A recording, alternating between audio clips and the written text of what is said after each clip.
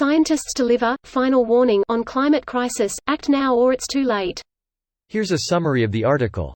The Intergovernmental Panel on Climate Change, made up of the world's leading climate scientists, set out the final part of its mammoth sixth assessment report on Monday.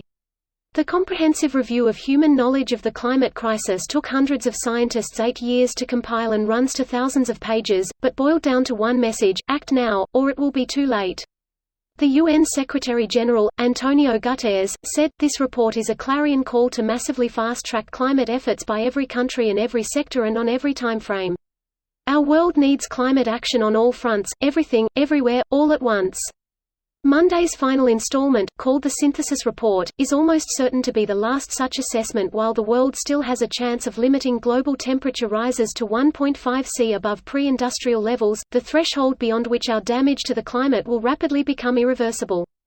Kaisa Kosonen, a climate expert at Greenpeace International, said, "This report is definitely a final warning on 1.5 C. If governments just stay on their current policies, the remaining carbon budget will be used up before the next IPCC report." John Kerry, the U.S. Special Presidential Envoy for Climate, said, "Today's message from the IPCC is abundantly clear: we are making progress, but not enough. We have the tools to stave off and reduce the risks of the worst impacts of the climate crisis, but we must take advantage of this moment to act now." Monday's Synthesis Report is the final part of the sixth assessment report by the IPCC, which was set up in 1988 to investigate the climate and provide scientific underpinning to international policy on the crisis. This post received a score of 34,000, with an upvote ratio of 82%. Here are the top comments in response to this article. Exxon, we are fighting for a clean energy future by planting 3 trees every year. The 2 trees we planted this year are doing great. One of them is even still alive. Wait. Scratch that. Our oil supertanker just ran it over.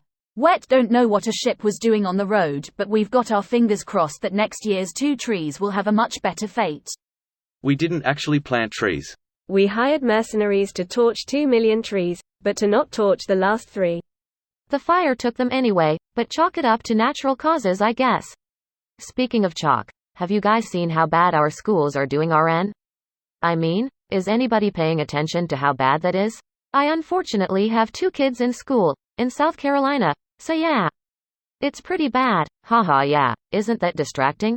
It kinda makes this whole climate change thing seem way less consequential. Ha ha ha, right? So we gonna do something about that education? No, but have you noticed climate change is real? So in other words, we're screwed. Oh yeah, we're boned, but hey, at least we're banning drag shows in America and forcing women to carry dead fetuses to term or else while we wage imaginary culture wars. Can't wait for the water wars to start. They think Judgment Day is coming and they are trying to put a shiny facade on the cesspool they created. A final warning to limit global temperature rises to 1.5 C above pre-industrial levels. Not a final warning that civilization will end. Just that costs in lives, health, prosperity and ecological well-being will be extremely high. We're on a credit spree and a cocaine, fentanyl binge wrapped into one. Consequences dead ahead. Crash out and cash out imminent. What does the last 20 years of a lot of developed nations' government look like? Skyrocketing inequality doesn't just happen. It's a very intentional choice that has to be implemented by government. The people with power and resources have been cashing out as much as possible for a while now, just not literally. They've been retrenching and hoarding as much of what exists now to themselves because the future is one of inevitable declines across the board, drastic and lethal ones. So far it seems the mission of redirecting anger towards ourselves has worked flawlessly, unfortunately. Sadly, divide and conquer works.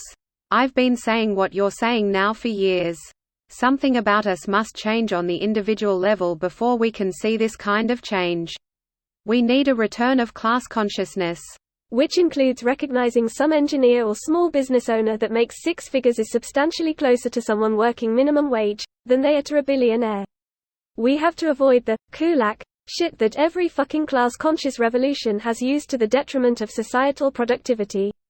Newsflash: some successful people are successful because they worked hard and are critical for society. Not everyone had mommy and daddy's money. This video was automatically created by Reddit to speech. The article and comments in this video were selected from Reddit according to their upvotes, and any paraphrasing was performed by smmry.com, without any human intervention.